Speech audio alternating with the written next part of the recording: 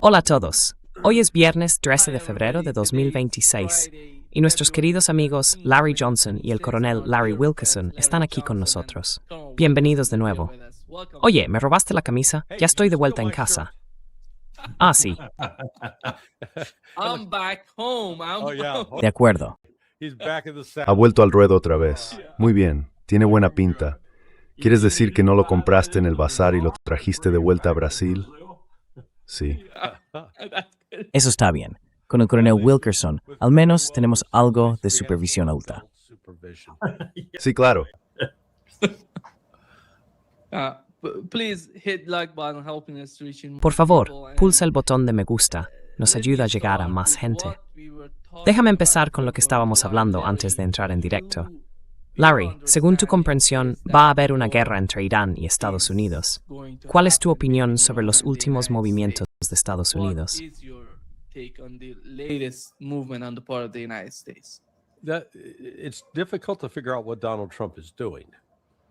Es difícil averiguar qué está haciendo Donald Trump. Por un lado, en su reunión con Bibi Netanyahu el miércoles, dijo, no, vamos a negociar, vamos a dar una oportunidad a la paz. Bien, eso es lo que dice. Pero luego, entre bastidores, se están tomando decisiones. Este fin de semana se enviará un importante despliegue de aviones de combate F-35 de la Fuerza Aérea de Estados Unidos a Oriente Medio. Ahora bien, si estás negociando de buena fe, ¿por qué haces eso? También se comenta ahora que, ya sabes, mencionó que habían ordenado preparar un portaaviones para su despliegue, ¿verdad? They'd ordered one aircraft carrier to prepare to deploy. And then there were media reports that I forget which one. Y luego hubo informes en los medios de que, no recuerdo cuál, estaba estacionado frente a la costa de Venezuela y le habían ordenado dirigirse a Oriente Medio. Pero ahora eso ha cambiado, porque según he sabido tienen algunos problemas a bordo de ese portaaviones. Aún así, Estados Unidos está intentando aumentar su fuerza. Lo que no me tiene sentido es que tienen dos vectores básicos de ataque. Supuestamente van a atacar desde el mar, y eso significa que aviones frente a la costa de Irán, que pueden lanzar desde el Abraham Lincoln. Tienen un escuadrón de Marines con 10 F-35. A Marine squadron of 10 F-35s. And if they're flying in stealth mode, which means all Y si están volando en modo sigiloso, lo que significa que todo el armamento está guardado dentro del avión en lugar de colgar de las alas, tienen un radio de combate de unos 600 millas. Ahora bien, esos barcos, según me dicen, están estacionados a 1000 millas de la costa. Bien, si tienes un radio de 600 millas y estás a 1000 millas de la costa, todavía te faltan 400 millas. Así que supongamos que acercan los barcos a 100 millas de la costa. Aún así, solo pueden volar aproximadamente un tercio del camino hasta Teherán. Así que tienen un alcance muy limitado. Ese es el primer punto. Luego los destructores, los 3 destructores que están allí, llevan un contingente de misiles. They carry a contingent of missiles. Normally, if they're not doing a land-based attack, Normalmente, si no están realizando un ataque terrestre, llevarían unas 96 misiles Aegis para defensa aérea. Pero como esta va a ser una operación terrestre, van a llevar alrededor de 50 misiles Tomahawk, lo que les deja con entre 36 y 46 misiles de defensa aérea. Bien, hagamos las cuentas. Si tienen un misil entrante desde Irán, un misil antibuque, van a lanzar 2 misiles de su sistema de defensa aérea. Bueno, si solo tienes 36 o 46, digamos 46, eso significa que puedes resistir 23 ataques antes de tener que retirarte. ¿Qué pasa si Irán lanza un ataque en enjambre con 50 misiles y drones? with 50 missiles and drones. Boom, man, they're out of Boom, tío. ammunition. Se han quedado sin munición, sin capacidad de defenderse el primer día, y los F-35 basados en tierra están volando. Ayer tuvimos informes de prensa pública de que han aterrizado en la base aérea de Jordania, en la que Estados Unidos ha invertido mucho dinero. Bien, desde allí hay aproximadamente 900 millas hasta Teherán.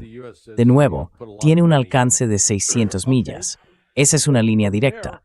Pero en teoría, no pueden volar en línea directa, porque tanto Irak como Arabia Saudí han dicho a Estados Unidos no vais a sobrevolar nuestro territorio. Así que eso plantea la pregunta. ¿Va a decirles Estados Unidos simplemente nos da igual, lo vamos a hacer y no podéis hacer nada al respecto?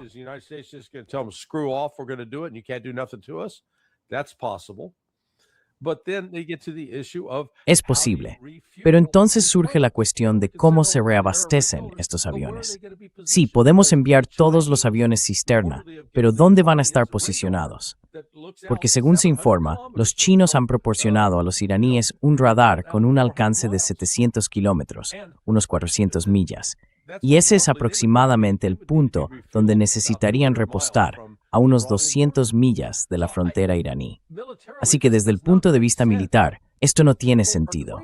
Esta gente está loca.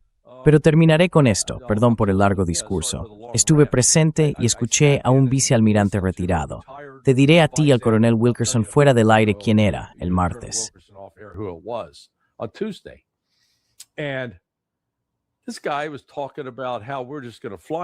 Este tipo estaba hablando de cómo simplemente íbamos a volar allí y destruir todos los misiles balísticos en Irán. Y como había sido invitado a esa conversación por alguien, no quise avergonzarlo delante del grupo.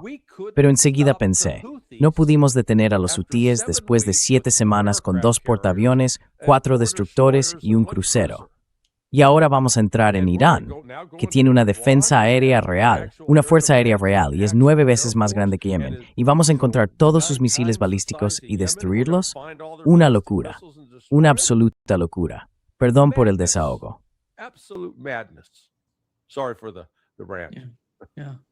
Great. Sí, muy bien. Coronel, ¿qué opina de lo que acaba de decir Larry? Larry just said. Bueno, yo tengo una perspectiva un poco diferente porque pasé 4 años planificando estas cosas en el mando del Pacífico de Estados Unidos cuando era el mando más importante. Y luego, incidentalmente, proporcionábamos a todos los demás mandos, incluido el mando europeo, pero principalmente el mando central, todas sus fuerzas. En aquel entonces pasaban por nosotros hacia ellos. Hay todo tipo de reabastecimiento disponible para los vuelos que despegan de los portaaviones. No solo los grandes aviones cisterna de la Fuerza Aérea, sino también los cisterna de la Marina, 2 o 3 de los cuales están en el portaaviones acompañando a los aviones. Pueden darse la vuelta bastante rápido y también descargan su combustible con bastante rapidez, especialmente según me han dicho, nunca lo he visto, en los F-35 y los F-15 de largo alcance.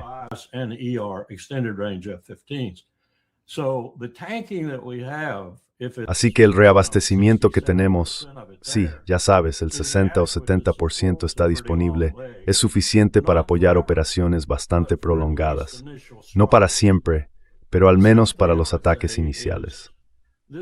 La segunda cosa que diría es que esta línea de 1000 millas me recuerda a la línea, y estoy seguro de que probablemente se basa en criterios similares que teníamos en el Pacífico cuando planeamos cumplir con el Oplan King 1001, que consistía esencialmente en la defensa de Japón contra la Unión Soviética, pero precedida o iniciada por un ataque en el frente occidental. Teníamos 11 o 12 portaaviones y a veces 15 que salían al mar, y ninguno de ellos cruzaba la línea de las 1000 millas hasta recibir la autorización.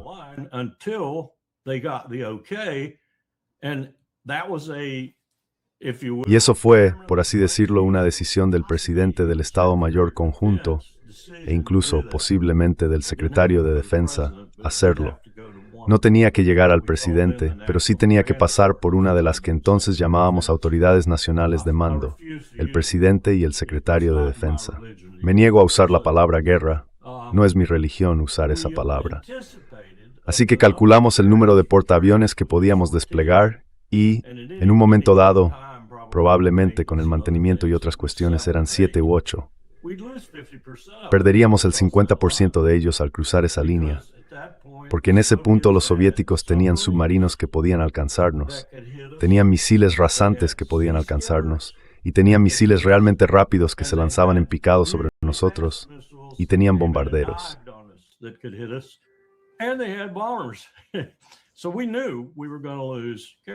Así que sabíamos que íbamos a perder portaaviones.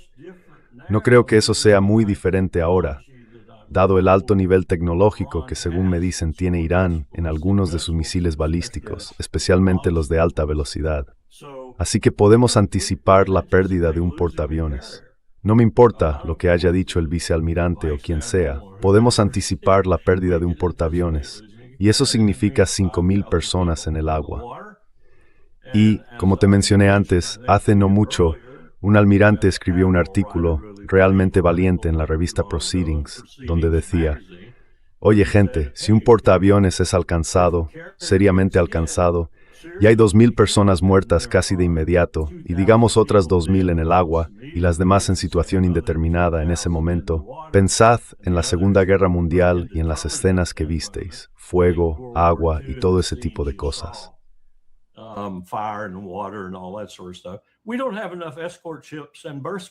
No tenemos suficientes buques de escolta ni espacio de atraque para recoger a los supervivientes. No hemos hecho nada al respecto desde que aquel almirante escribió ese artículo hace unos 3 años.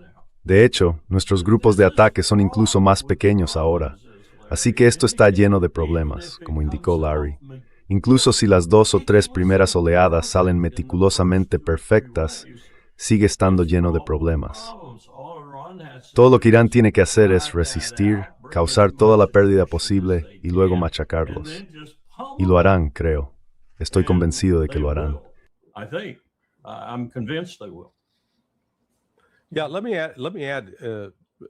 Sí, déjame añadir. Quizá el coronel Wilkerson tenga alguna idea sobre esto. Entonces, si vas en un crucero, ya sabes, haces tu viaje, tienen botes salvavidas y te explican cómo entrar y salir de ellos. La última vez que lo comprobé, los destructores y los portaaviones no tienen un montón de botes salvavidas apilados en las barandillas para ayudar a la tripulación si ocurre algo. ¿Es correcto?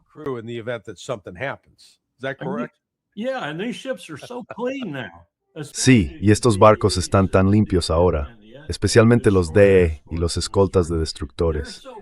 Están tan limpios que apenas puedes poner a 20 personas en las cubiertas.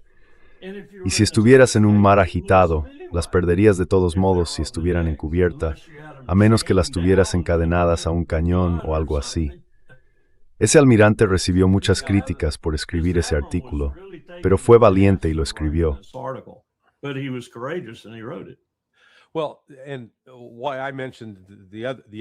Bueno, la razón por la que mencioné a ese otro almirante del que hablaba es porque refleja gran parte del pensamiento en los niveles más altos del gobierno. Han hecho un montón de suposiciones, subestimando las capacidades iraníes y, al parecer, ignorando lo que Rusia y China están haciendo para reforzarlas. Y eso es lo que me asusta muchísimo, que haya gente que piense así, que piense, oh sí, podemos hacerlo y saldrá bien.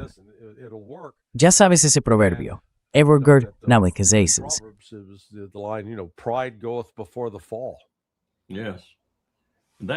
Sí, esa es otra dimensión completamente distinta también, como sugiere Larry. Creo que China podría hundir todos los portaaviones en el mar Arábigo septentrional. De verdad lo creo. Si realmente quisiera y contara con el factor sorpresa. Simplemente no tienen defensas contra esos misiles ultrarrápidos. Exactamente. ¿Y esos misiles son? ¿Quién tiene esos misiles, Larry? ¿Los tiene Irán? ¿Rusia? ¿Qué hay de Rusia? ¿Qué hay de...?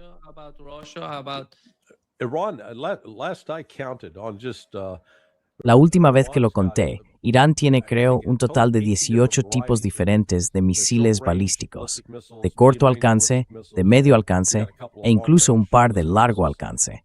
Así que pueden lanzarlos fácilmente. Y además de eso, tienen misiles de crucero y drones.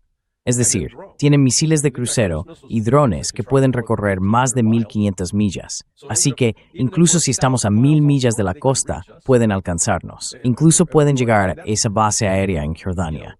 Y estoy seguro que no están ahí sentados ignorando este aumento de fuerzas.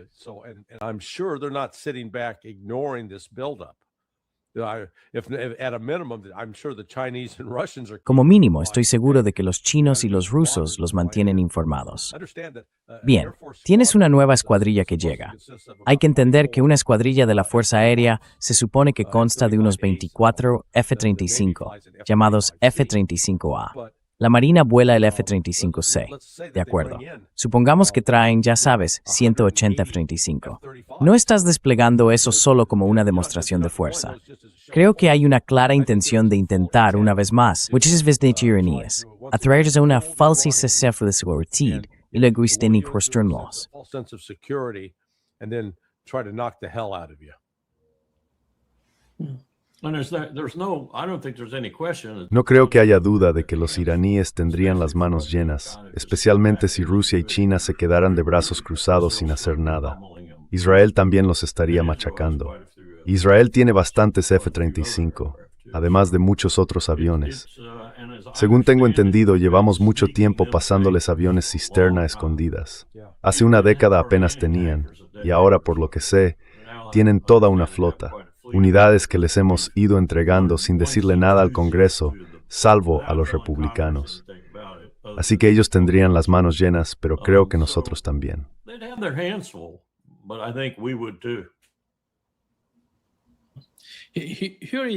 El ministro de Asuntos Exteriores de Irán concedió una entrevista a RT, Russia Today. Esto es lo que dijo sobre el ataque a Irán.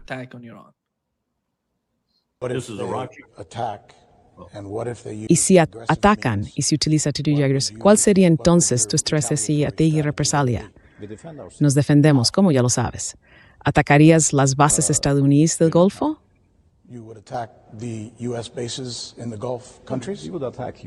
Atacarías los activos de Estados Unidos, todo lo representario. Países y sims a distrito. ¿Lo estás? Lo soy. No me siento incómodo. El único punto es que no quiero expresar algo que no quiero que ocurra. Por supuesto, soy un hombre de diplomacia. Soy un hombre de diálogo. Soy un hombre de negociación. Todo el mundo me conoce. Lo he hecho en el pasado y puedo hacerlo de nuevo. No soy un hombre de guerra, por supuesto. Yo mismo soy un veterano de guerra.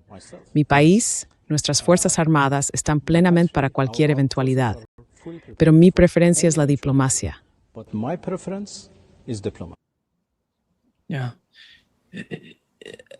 Puede que tengamos que añadirlo a Lavrov y Wang Yi.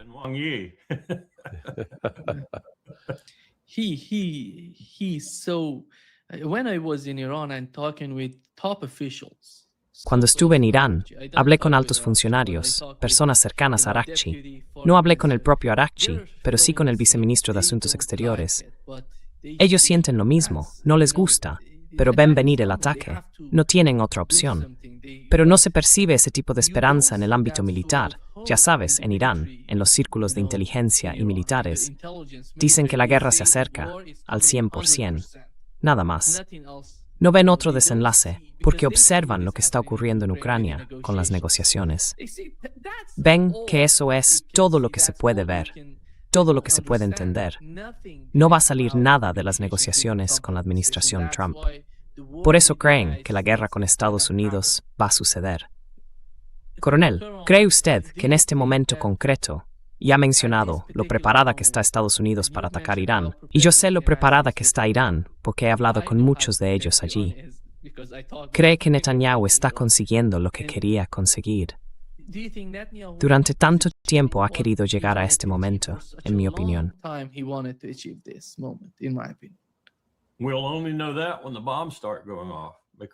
Solo lo sabremos cuando empiecen a estallar las bombas, porque eso es lo que quiere Netanyahu. Y uno de mis mayores temores es que Trump, en el último momento, o bien llegue a algún tipo de acuerdo diplomático que acepte, o bien se eche atrás respecto a lo que Larry y yo acabábamos de comentar, y les haga saber que usará un arma nuclear. No solo atacará de forma convencional, sino que cuando las cosas se le tuerzan, y se torcerán, usará un arma nuclear. Esta vez no será una amenaza. Ya ha hecho amenazas antes, y fue una de las formas en que consiguió que Trump autorizara los posteriores ataques con B-2. Absolutamente decidido a llevarlos a cabo porque no había usado un arma nuclear y pensaba usarla en Florida, el lugar más destacado.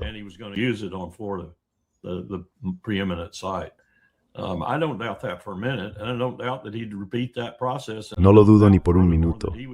No dudo que repetiría ese proceso y tampoco dudo además que lo usaría si Trump lo dejara plantado.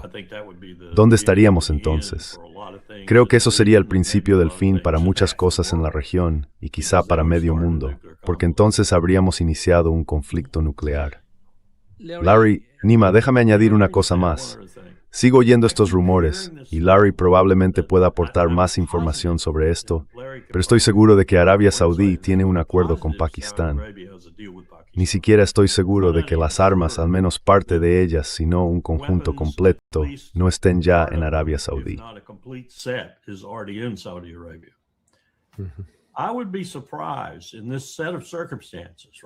Me sorprendería, en las circunstancias actuales, que Irán no tuviera algo así, ya sea creado por ellos mismos y oculto, o conseguido de Pakistán.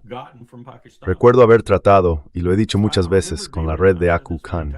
Los pakistaníes, especialmente en el ISI, casi veneraban a Aku Khan porque su lema era, con cierta legitimidad, todos esos bastardos que no son islámicos tienen la bomba atómica. La bomba atómica también va a ir a algunos países islámicos. Y por supuesto, Pakistán fue ese país. Le llaman el padre de la bomba en Pakistán. Es como su proyecto Manhattan. Y no discrepo de su razonamiento desde un punto de vista puramente militar. Sí, hay mucha gente que te odia y tiene armas nucleares. Quizá deberías tener un par tú también.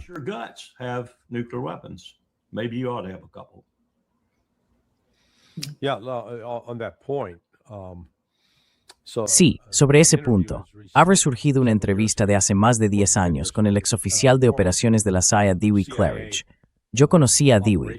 Él creó el Centro de Contraterrorismo y estuvo a cargo del programa de los Contras durante un tiempo, antes de Alan Fierce. Y dijo, hace más de 10 años, que Arabia Saudí tenía armas nucleares que le había entregado Pakistán, porque Arabia Saudí había ayudado a financiar a Pakistán. Ahora bien, eso generó cierta oposición. Nuestro amigo Ray McGovern dijo, no me lo creo. Pero la semana pasada, cuando Rick Sánchez estaba en Teherán, entrevistó al excomandante de la Guardia Revolucionaria Islámica, quien reiteró, sí, Arabia Saudí tiene armas nucleares. Así que las tienen. Ahora la pregunta es, ¿cómo las entregan? Ese es otro asunto completamente distinto.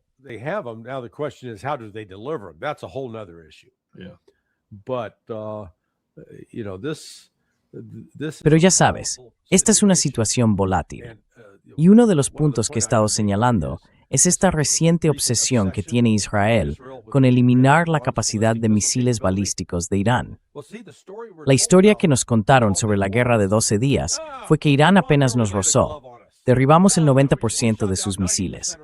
Bueno, si derribaste el 90% de sus misiles, ¿por qué tienes tanto interés en deshacerte de ellos? Porque la realidad es que no derribaron el 90% en absoluto. Si tomas la proporción de que solo el 10% logró pasar, entonces vale, sí, eres profesor de ingeniería, tienes formación científica, te voy a poner una prueba de matemáticas. 458 edificios en Tel Aviv resultaron dañados. Así que, si derribaron el 90% y solo el 10% pasó, ¿cuántos dispararon?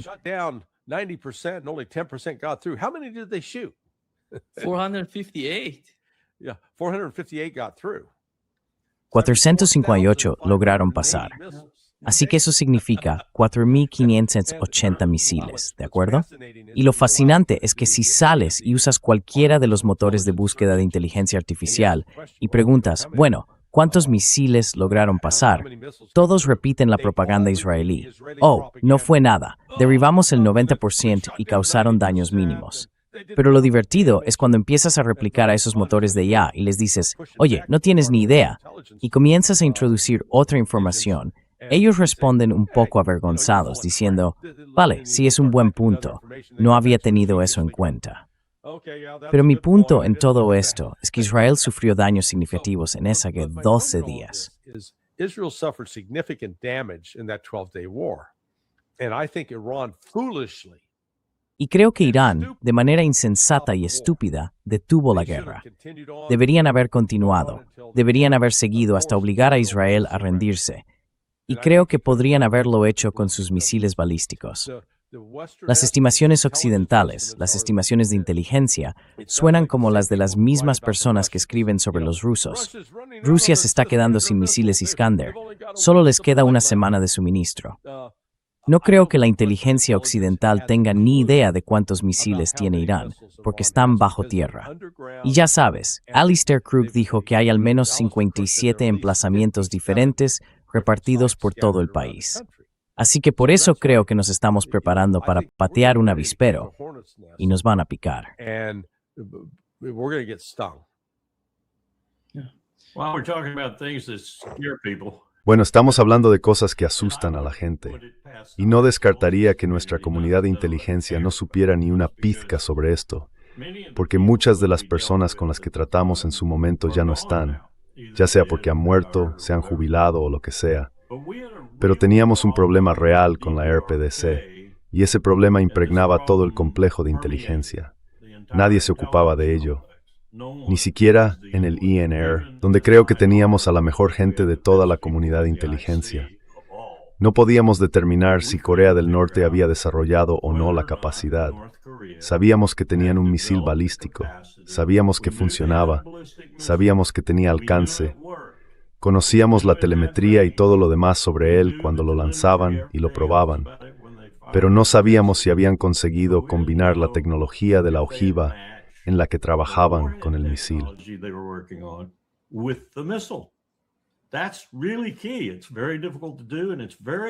Eso es realmente clave. Es muy difícil de hacer y además es muy caro y muy sofisticado. Hay que ser realmente inteligente para saber lo que se está haciendo. Quiero decir, recuerdo todos esos informes informativos y de repente lo hicieron. ¿Adivina quién estaba en Irán al mismo tiempo? La RPDC. Estaban trabajando con Irán no solo en misiles balísticos, sino también en la posible adaptación de una ojiva nuclear a un misil balístico. Así que en ese sentido, Estados Unidos tiene razón, quizá Europa también, en lo que respecta a los misiles de mayor alcance, por así decirlo, si eso ya se ha hecho, y simplemente aún no han desarrollado la ojiva o el componente basado en uranio, lo que sea.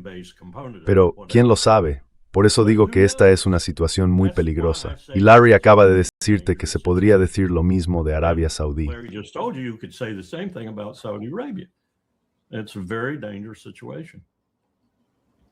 Es una situación muy peligrosa. Yo lo mantendría en suspenso hasta el momento en que más lo necesitara si estuviera haciendo eso.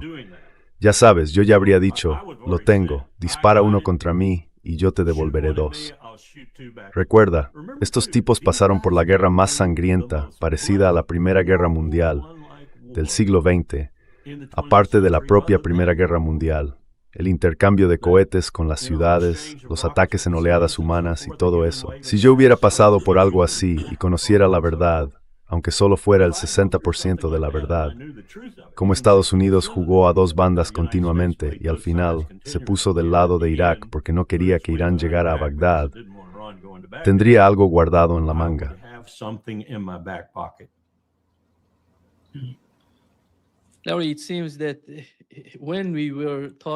Larry, parece que cuando hablábamos de las escaladas en Ucrania, también mencionabas la amenaza de usar una bomba nuclear. Parece que la posibilidad de una escalada, algo que se vuelva nuclear, está aumentando, según tu evaluación actual, la tuya y la del coronel.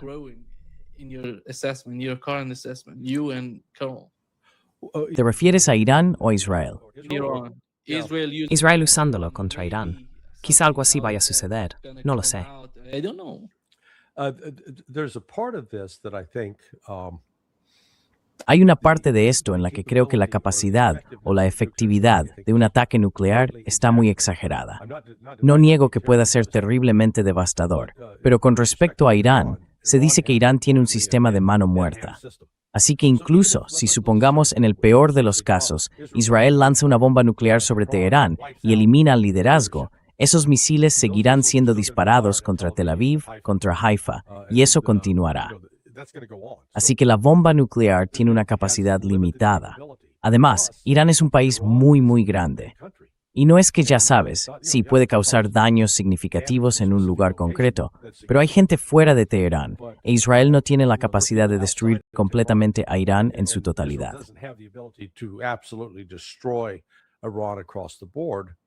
And then you get into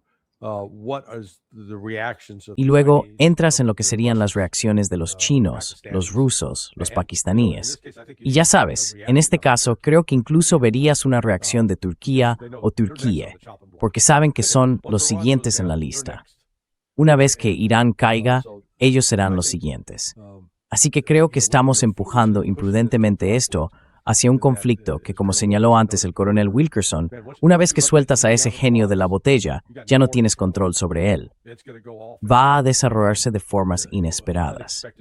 La actitud que percibo en Washington D.C., a la que se apoderó de la ciudad antes de la primera batalla de Bull Run.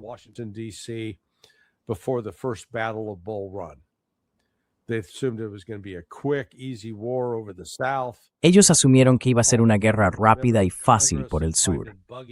Todos los miembros del Congreso se subieron a sus carruajes y salieron de Washington D.C. hacia el campo de Virginia hasta Manassas. Iban a presenciar una victoria. Llegaron allí y la Unión recibió una paliza. Y creo que esa es más o menos la situación en la que nos estamos metiendo ahora.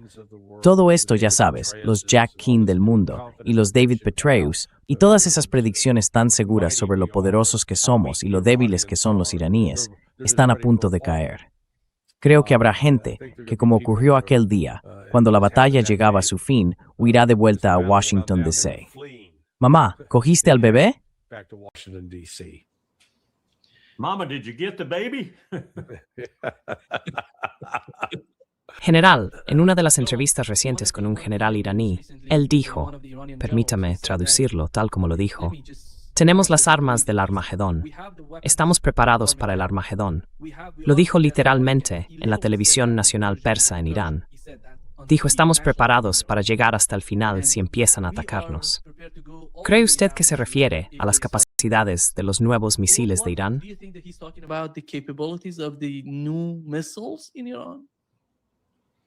I hope that's all he's talking about. Espero que eso sea todo de lo que está hablando.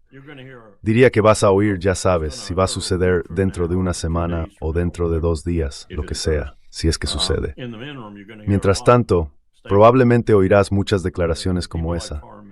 Personas como el ministro de Asuntos Exteriores Arachi, que son calmadas y discretas y dirigen sus ataques verbales a objetivos razonables, dirán lo que tengan que decir y lo dirán a su manera.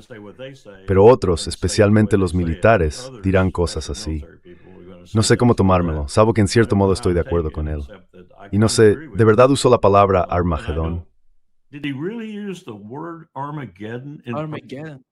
Armagedón, dijo Armagedón. Por eso me quedé sorprendido. ¿De qué está hablando? El periodista le preguntó, ¿qué quiere decir con eso? Él respondió, no necesitas más descripción que esa.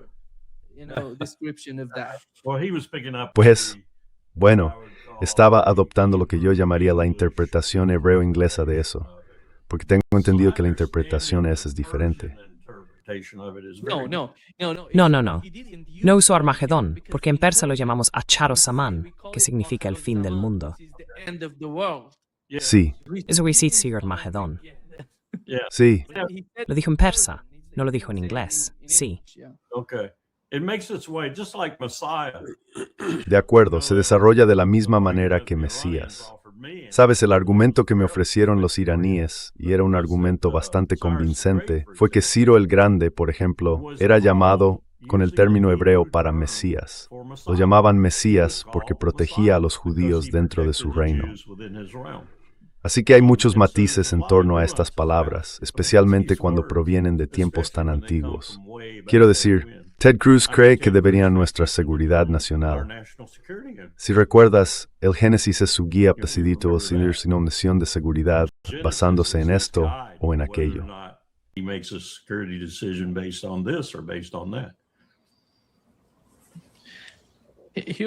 Esto es lo que dijo Donald Trump, Larry, su último comentario sobre la situación y las negociaciones entre Irán y Estados Unidos. ¿Ha cambiado en absoluto en lo que respecta a estas negociaciones con Irán o al calendario con Irán? Tenemos que llegar a un acuerdo. De lo contrario, va a ser muy traumático, muy traumático. No quiero que eso ocurra, pero tenemos que llegar a un acuerdo. Deberían haber hecho un acuerdo la primera vez y en su lugar obtuvieron el martillo de medianoche. Y esto será muy traumático para Irán si no llegan a un acuerdo. Mira, si no llegan a un acuerdo, entonces será otra historia. Tuvimos una reunión muy buena ayer con Bibi Netanyahu y él lo entiende, pero en última instancia depende de mí. Si el acuerdo no es un acuerdo muy justo y muy bueno con Irán, entonces va a ser, creo, un momento muy difícil para ellos en el futuro. Durante el próximo mes, supongo, algo así. Si no debería llevar mucho tiempo, quiero decir, debería suceder rápidamente. Deberían ponerse de acuerdo rápidamente. Bueno, ese próximo mes corresponde al tiempo que llevará a colocar un nuevo grupo de ataque de portaaviones en posición. Sí, si llega a tiempo. If it'll make it. Yeah. These, So- these carriers are, Sí, some of them are living. esos portaaviones, algunos están ranqueando We don't have the same- y no tenemos suficientes We marineros. cannot put Sí, all of our carriers- no podríamos poner todos nuestros portaaviones en rotación en el mar al mismo tiempo porque que tenemos que compartir tirante, no tenemos suficientes marineros. We don't have enough sailors. Sí, Yeah. Now, you know what? There is. ¿Sabes qué? Si esto se tratara solo de, entre comillas, armas nucleares, de que Irán obtenga un arma nuclear, habría un acuerdo posible. Irán está dispuesto a permitir inspecciones completas de sus distintos sitios para que Occidente sepa que no está construyendo una bomba nuclear. Pero Irán va a insistir en que Rusia y China participen directamente también, porque no confían únicamente en Occidente. Arachi, en sus comentarios con Rick Sánchez, también indicó que, pueden hacer algunas concesiones sobre el enriquecimiento. Dio a entender que básicamente Irán diría, de acuerdo, solo enriqueceremos hasta el 20%, lo que creo que corresponde al nivel fijado en el JCPOA. Así que básicamente está hablando de volver a los términos acordados en el JCPOA, y que si necesitaran algo por encima de eso, vendría de Rusia o China bajo la supervisión del Organismo Internacional de Energía Atómica. Así que hay un acuerdo posible. So there's the deal to be had. Now, is Trump going to insist that Ahora bien, va a insistir Trump en que hay que cortar toda la ayuda a Hamas y Hezbollah y en que hay que deshacerse de los misiles balísticos. Si esa es la posición que Donald Trump tiene la tarea de asegurar, entonces las negociaciones van a terminar y estaremos en guerra. Así que la pregunta es, ¿está Trump dispuesto a aceptar una victoria diciendo, oye, ahora estamos completamente seguros de que no hay manera de que Irán construya una bomba nuclear? Tenemos estas salvaguardas en marcha. Esa sería la solución ideal. Pero creo que Trump está jugando a dos bandas. Creo que está bajo una enorme presión por parte de los sionistas para eliminar a Irán. Existe esta creencia persistente de que Irán está ahora más débil que nunca, que no hay ningún apoyo al ayatolá. Y yo diría, y no voy a discutir contigo, tú has estado allí, tú me lo dirás, que me parece que ese es el estado de ánimo nacional. it seems to me that It's delusional, Larry. Sí, Bueno, el orgullo nacionalista en Irán es ahora más fuerte que hace 3 o 4 años. exactamente. Sí, Because the threat of the war. Because Por la amenaza de guerra. Porque cuando se avecina una guerra, no conocen al pueblo iraní. Todos se van a unir, van a luchar. Y esto no sé por qué les resulta tan difícil de entender. Parece que en Estados Unidos, si el país entra en guerra con otro, no importa si eres republicano o demócrata, vas a luchar por tu país. sí, No importa hasta cuánto odies a Donald Trump. No importa si él está o no ahí. Estás luchando por tu país.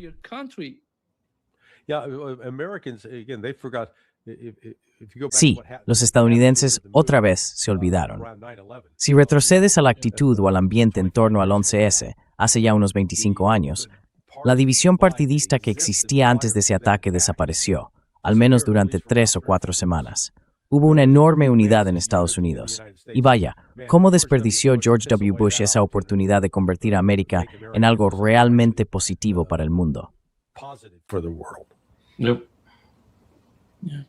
He disobeyed Colin Powell's advice across the board. sí, desobedeció los consejos de Colin Powell en todos los aspectos. Sí, le pusimos los titulares delante, se los pusimos para que los leyera. Nous sommes tous américains, ahora todos somos estadounidenses. Y Powell dijo, este es un momento de solidaridad global sin precedentes en mi vida. Si jugamos bien nuestras cartas, las cartas diplomáticas, podemos lograr cosas enormes en este mundo. Sí, vamos a la guerra. Espere, señor presidente, piense en eso un momento. Va a convertir en guerreros a personas que antes tratábamos como criminales y con las que lidiábamos en el sistema judicial. Ahora, si quiere lanzar unas cuantas bombas sobre Afganistán, de acuerdo. Pero no hagamos de esto algo a largo plazo, y no hagamos que sea por esto por lo que el mundo nos recuerde después del 11S, porque destruirá. Y Richard Haas estaba sentado justo allí, con todas las cosas de las que hablábamos hoy.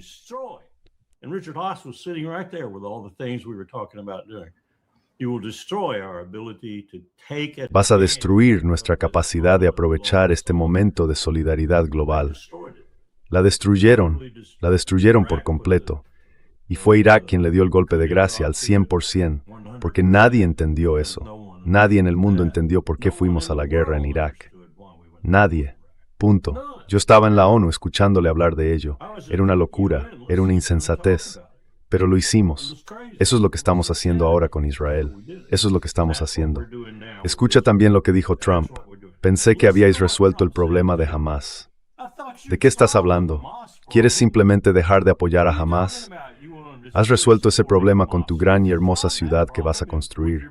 Y tú, Netanyahu, dijiste que resolverías el problema de Hezbollah. ¿Por qué quieres que rompan lazos con alguien? No hay nadie con quien romper lazos. Los destruiste. Doble discurso. Todo doble discurso. Todos mentirosos.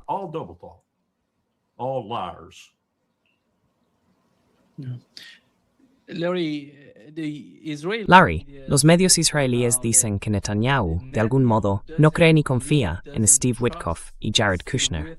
Esa es una de las principales razones por las que va a Estados Unidos. Quiere hablar directamente con Donald Trump. No quiere enviar un mensaje a través de esos dos. ¿Qué pasa? Quiere ser el último en hablar con él, porque es a quien Trump escucha. Sí, no. En realidad, ya sabes, he mencionado antes que conozco a un hombre llamado Stephen Bryan.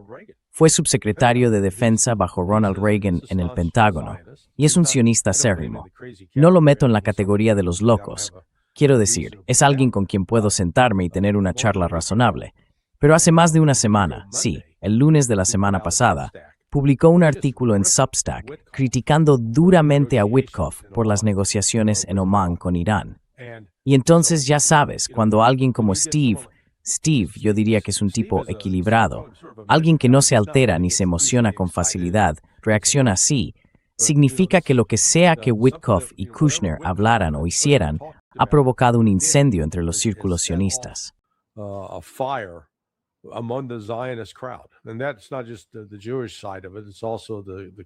Y no se trata solo del lado judío, sino también de los sionistas cristianos.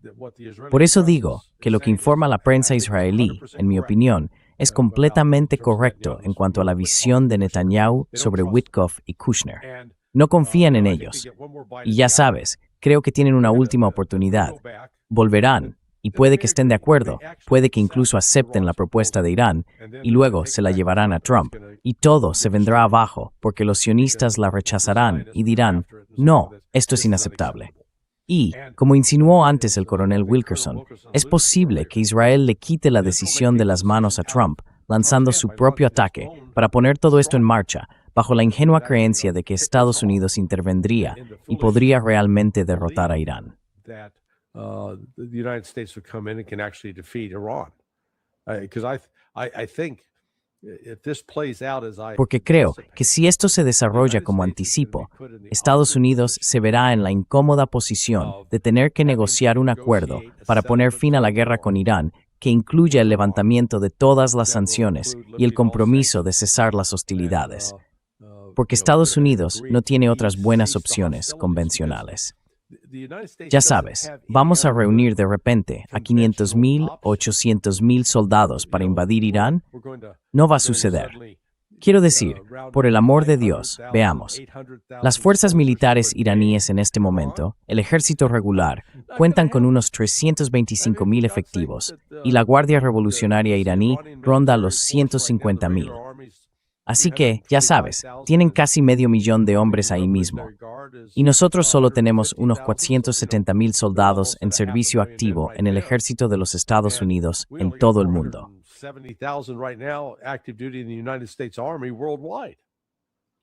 Y ahora sobre los pueblos iraní responder a la Yeah. No, absolutely. So, Sí, no, absolutamente. Y no es que no vayamos a poder lanzar más bombas. Si los informes son ciertos y los chinos han proporcionado capacidades de radar avanzadas, como lo describieron, un sistema de radar tridimensional, y eso resulta eficaz, veremos cómo derriban F-35. En algunos casos, los pilotos sobrevivirán y se convertirán en prisioneros de guerra. Los exhibirán ante las cámaras, y eso va a generar más indignación en Estados Unidos, una sensación de impotencia.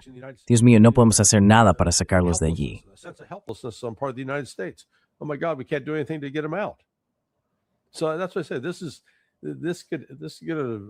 Por eso dije que esto va a dar lugar a momentos muy, muy incómodos. Y creo que ya sabes, marcará el final de la presidencia de Trump si sigue por este camino. Porque no tenemos la capacidad militar para imponernos. Seguimos convenciéndonos de lo contrario. Pero ya sabes, siempre vuelvo a lo mismo. No pudimos detener a los hutíes, por el amor de Dios. Lo intentamos durante 7 semanas. Y al final, declaramos la victoria y nos marchamos sin derrotar ni eliminar la amenaza de misiles hutí. Así que de nuevo, me gustaría que alguien me explicara. No pudimos hacerlo con los hutíes. ¿Pero vamos a derrotar a Irán, de verdad? ¿Cómo se supone que va a funcionar eso?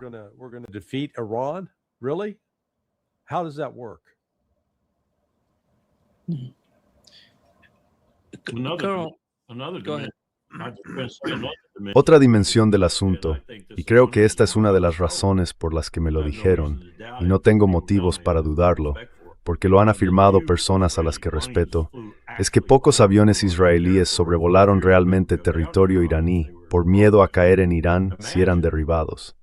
Imagina lo que probablemente haría el pueblo iraní a un piloto judío en un F-35 o un F-15 de largo alcance, o lo que sea, que hubiera sobrevivido en tierra. No creo que tuviera muchas posibilidades. Podrían retenerlo, como dijo Larry, con fines propagandísticos.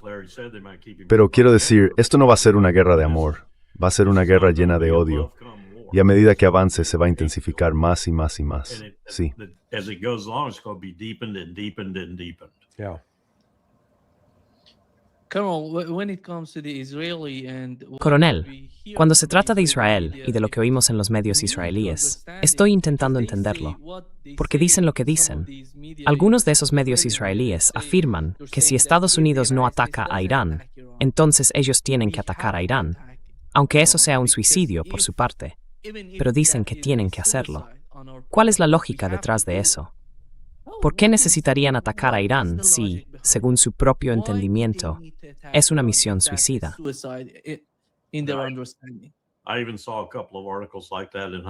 Incluso vi un par de artículos así en Haaretz. Me sorprendió bastante uno de ellos porque era tan vehemente en ese sentido. Normalmente la política editorial de Haaretz filtraría algo así, pero últimamente Haaretz se ha vuelto un poco como J Street.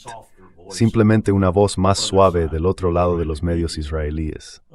No sé cómo responder a esa pregunta, salvo decir que creo que hay mucha gente desequilibrada en Israel, y no me refiero a los árabes. Me refiero a la Pia Parvisers de Israel.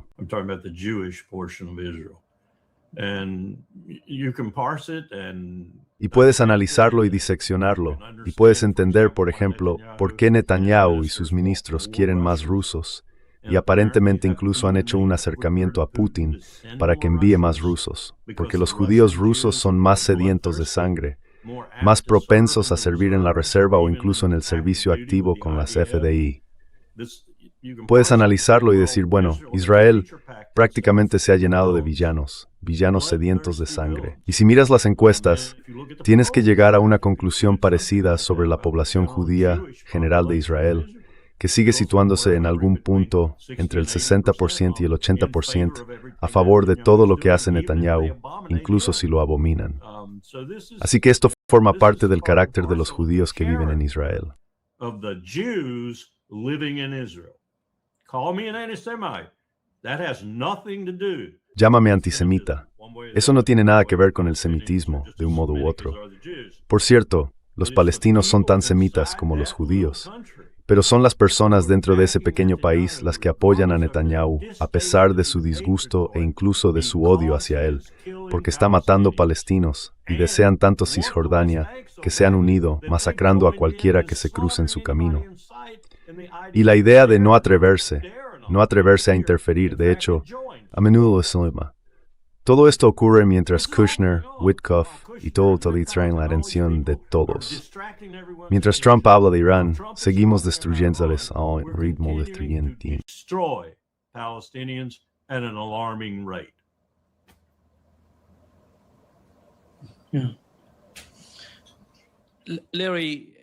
Larry, cambiando un poco de tema hacia el conflicto en Ucrania. Tuvimos a Merz hablando sobre cómo Rusia podría poner fin al conflicto allí. Esto fue lo que dijo.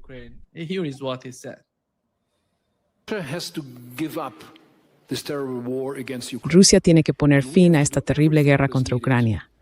Y nosotros tenemos que hacer todo lo necesario para llevarles al punto en que no vean ninguna ventaja en continuar con esta guerra tan terrible. Aún no hemos llegado ahí. Pero fíjate, esta guerra ya ha durado más que la Segunda Guerra Mundial. Es terrible. Rusia tiene en sus manos detenerla. Pero nosotros, es decir, América, Europa y Ucrania juntos, tenemos en nuestras manos llevarles a ese punto.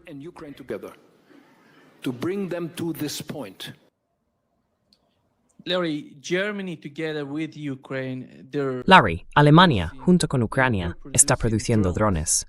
Han trasladado esta producción a Alemania para ser utilizada en la guerra en Ucrania. ¿Crees que la guerra podría llegar eventualmente a Alemania si intentan escalarla?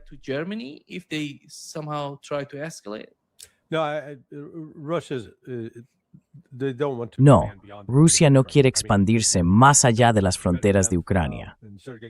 Quiero decir, claro, tienes a Medvedev y a Sergei Karaganov, y ellos han estado hablando abiertamente de que, ya sabes, puede que tengamos que hacer volar por los aires a los europeos. Pero los rusos han cambiado de política recientemente, en las últimas 2 o 3 semanas. Las esperanzas que tenía Putin de un posible acuerdo negociado, especialmente con Estados Unidos, creo que ya se han acabado. Me baso en el hecho de que, empezando hace una semana el jueves, Rick Sánchez hizo una entrevista con Sergei Lavrov. Luego el lunes, Lavrov habló con BRICS TV. Al día siguiente habló con NTV, el canal ruso, y al día siguiente se dirigió a la Duma. And then the next day after that addressed the Duma. We've never seen En los más de 4 años que lleva en marcha la operación militar especial, nunca habíamos visto a Lavrov hacer algo así. Y su mensaje fue muy claro. Dijo que la relación con Estados Unidos va en la dirección equivocada. Fue enfático al exponer cuáles eran las posiciones de Rusia y cuáles son sus exigencias. Mi propia interpretación es que, tras el fallido ataque del 28 de diciembre contra la residencia oficial de Putin y el reciente asesinato del número 2 de la inteligencia militar rusa, Putin finalmente ha dicho, de acuerdo.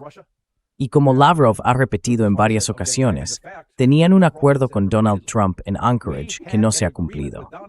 En lugar de que Estados Unidos haga gestos para mostrar que quiere ser conciliador, está imponiendo más aranceles a Rusia. They're putting more tariffs on us, and they're punishing countries that do business with us. Y están castigando a los países que hacen negocios con ellos. Así que Rusia básicamente ha dicho, esto es una tontería, no vamos a seguir con esto. Están avanzando con la guerra, la han acelerado, están destruyendo infraestructuras, intentando literalmente apagar todas las luces de Ucrania si pueden. También están atacando lugares donde hay personal de la OTAN, y según se informa, han matado a cientos, principalmente oficiales y soldados polacos y británicos que han estado en Ucrania. Pero ya sabes, Rusia está en una nueva fase ahora. La era de tratar con Witkoff y Kushner se ha acabado. Puede que consigan otra audiencia con Putin, pero en su última reunión, los rusos la describieron como una discusión franca.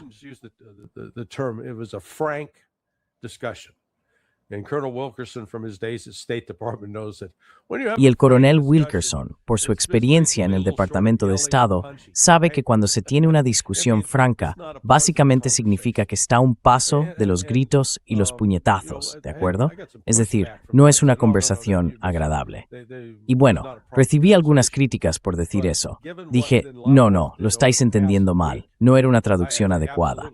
Pero, dado lo que Lavrov ha hecho durante la última semana, diría que sin duda Rusia ha cambiado su posición. Así que lo que va a hacer es seguir consolidando su control, en última instancia, sobre Zaporilla y Gerson, pero también va a continuar avanzando militarmente en Dnipropetrovsk, Kharkov, Sumy y Poltava. Va a asegurar una victoria militar. Y las negociaciones serán como cuando von Paulus, tras quedar rodeado en Stalingrado, fue a negociar los términos de la rendición. Así será.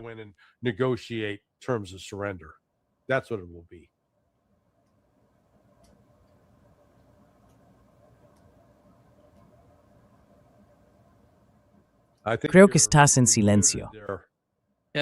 Coronel, ¿puede oírme? Sí, Basim. Esto es lo que dijo la coronel Kaya Kellogg sobre que Rusia está sola en la guerra de Ucrania.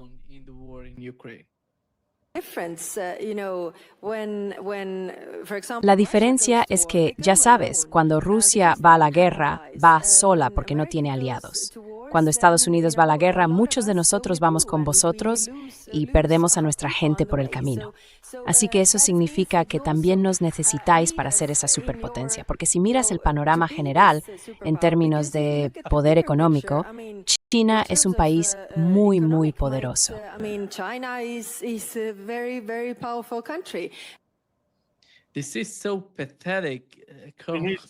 Esto es tan patético. Nima necesita ir a hablar con alguien del Pentágono que sea honesto con ella. No nos han importado nuestros aliados en ningún campo de batalla en los últimos 30 años. El último campo de batalla en el que nos importaron nuestros aliados fue Corea. Nos importaban los británicos y quizá un poco los polacos. Y en la Segunda Guerra Mundial concedimos a unas pocas personas la condescendencia de nuestra atención. No tratamos a los aliados como se merecen, punto.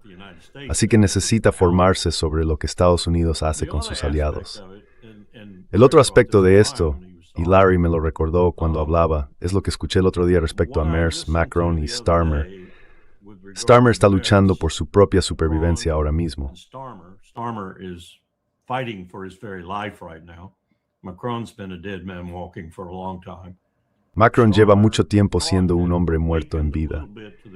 Pensé que Starmer se había despertado un poco a la realidad de que Alemania necesita forjar una relación mejor y con el tiempo buena con Moscú, o Alemania acabará llevándose la peor parte.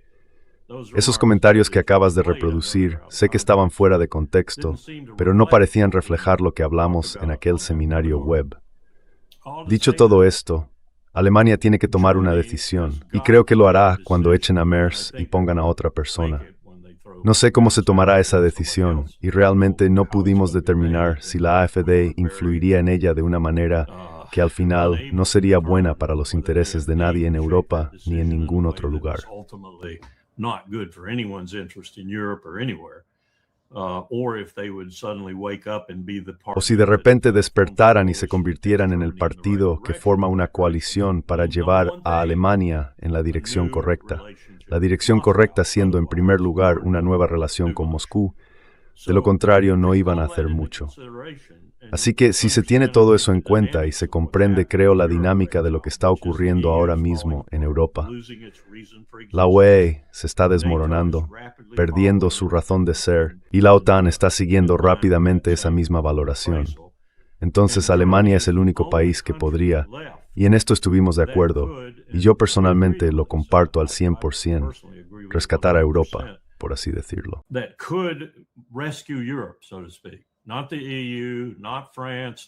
Ni la UE, ni Francia, ni Gran Bretaña, ni una combinación de esos países, Alemania.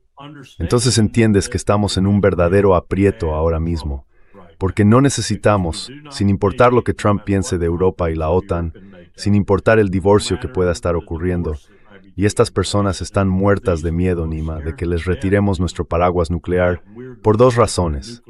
Y esto lo oí de un alemán, y creo que tiene razón.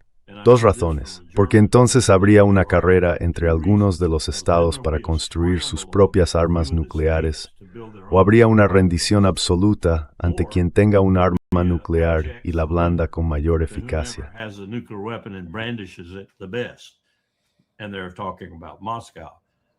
Y están hablando de Moscú. Así que si Alemania no se encuentra a sí misma y no traza algún tipo de rumbo, con un liderazgo capaz de mantener ese rumbo a través de sucesivos cambios de gobierno, para construir mejores relaciones con Rusia, básicamente estamos en problemas. Con Trump o sin Trump, estamos en problemas. Al mismo tiempo, como ya te he dicho, Xi Jinping acaba de tomar la decisión de hacerse con el control de las finanzas mundiales, asumir ya el control de tecnología, la economía, industria, desastro, tutnes pueden tu franc. Y el número uno es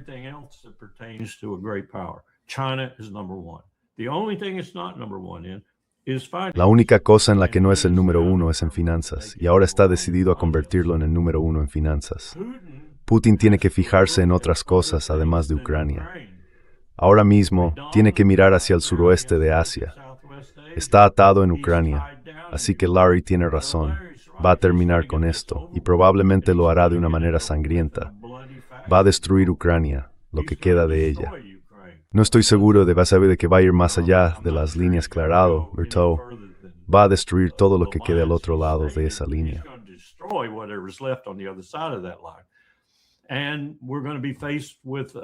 Y nos vamos a enfrentar a una situación completamente diferente en esas otras regiones, porque entonces Rusia será libre, con el ejército más poderoso del mundo en este momento y una base industrial que lo respalde. No me importa lo que se supone que deben hacer tus sanciones. No me importa la inflación. No me importa cuánta gente quiera alistarse. Nadie está peor en el mundo ahora mismo que nosotros, en ese sentido. Ellos tienen un país poderoso y un ejército poderoso que lo acompaña. Y tienen otros intereses además de Ucrania. Creo que eso es lo que está molestando a Putin ahora mismo. Sé que probablemente también está molestando a su ejército, especialmente ahora que se dirigen hacia el mar Arábigo septentrional junto con los chinos.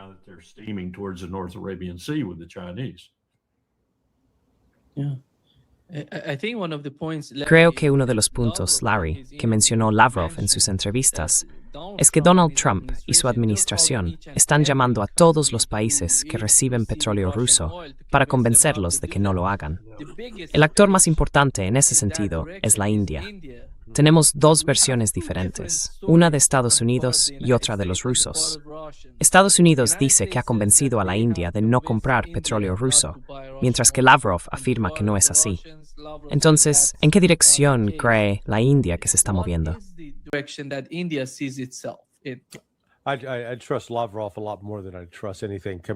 Confío mucho más en Lavrov que en cualquier cosa que venga de Estados Unidos.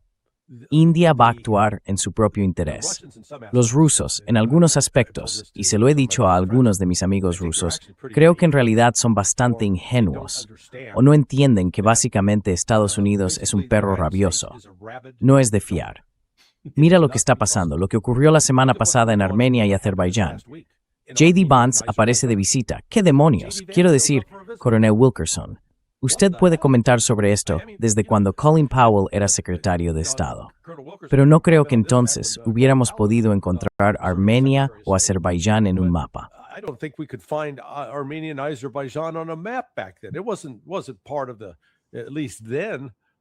No formaba parte, al menos entonces, de una prioridad de política exterior obvia o manifiesta para Estados Unidos, en absoluto. Sin embargo, hay que preguntarse, ¿por qué va J.D. Vance allí ahora? Y luego mirar el año pasado, cuando Trump recibió a los presidentes de Armenia y Azerbaiyán, Pashinyan y Aliyev, en Washington, D.C., para, entre comillas, firmar un acuerdo de paz. Sí. ¿De dónde salió eso? Cuando vi aquello, junto con la visita de Vance ahora, me quedó claro que Trump no está al mando del tren de la política exterior. Lo está la CIA. La CIA sigue implicada en posicionar a Armenia y Azerbaiyán como parte de un plan a largo plazo para, en última instancia, derrotar y destruir a Rusia, si puede, así como a Irán. Esto no es un intercambio diplomático amistoso. This is not a friendly diplomatic exchange. It's anything but. And I'm hoping that the Russians see that for what it Ni is. mucho menos. Y espero que los rusos lo vean por lo que es, porque el objetivo de Estados Unidos es desestabilizar el Cáucaso, ese puente terrestre que conecta la Rusia continental con Irán. Si logran controlar el Cáucaso, básicamente tendremos a Rusia cogida por donde más duele. Eso es lo que intentamos hacer. Por eso dije que Estados Unidos no actúa por bondad ni porque queramos la paz mundial, ni mucho menos. Por eso dije que somos un perro rabioso y que Rusia y China destratajes de foe. No hay ningún camino posible para iniciar la paz que está unida en su acto actual. Dexterous bestuart y thwart small como China. Because we are obsessed with destroying both Russia and China. Man, the only thing Lo único con lo que no estoy de acuerdo ahí, Damon, es que Rusia ya lo sabe. Russia doesn't know that. Yeah. They know. Colonel, Sí, coronel, lo llaman una asociación estratégica entre Estados Unidos y Azerbaiyán. Me parece que Azerbaiyán podría suicidarse incluso antes que cualquier otro país de la región. Well, we called it, we Bueno, still call it- seguimos llamándolo una asociación estratégica con Tiflis, aunque no nos gusten las personas que están en el poder ahora mismo. Pero es lo mismo con Georgia. Georgia's Seguimos the same metiéndonos thing. allí. We're still messing around in Georgia. Yeah. Ese es Carrie Dixon, el riendo. Muchas gracias, Carl y Larry hoy. Colonel and Larry, Ha sido un gran thank you placer. today. Great pleasure. Yeah, I wish we could. Ojalá pudiéramos ofrecer algo de consuelo al mundo, pero no pinta bien. Not looking good. You didn't even ask a question. Ni siquiera hiciste una pregunta sobre Carrie Prejean, Miss California, que fue destituida sumariamente de la comisión religiosa. Religious Commission. Oh yeah, Carrie Priest. Ah, sí, Carrie Prejean. Si viste su respuesta cuando dijo, fui nombrada por el presidente Trump, no por ti, payaso. No tienes ningún poder para obligarme a dimitir. Any power to force me out. And the 2.5 minute, roughly, Y en ese video de 2 minutos y medio en YouTube ella les dice, soy católica, no nos gustan los sionistas. Es bastante contundente. Espero que acepte venir a tu programa. Sí, sí. Yeah. Thank you. Muchas gracias, Larry. Hey, Oye, gracias. okay. Vale, que tengas un buen fin de semana. Yeah. The Steady. Take care. Bye-bye.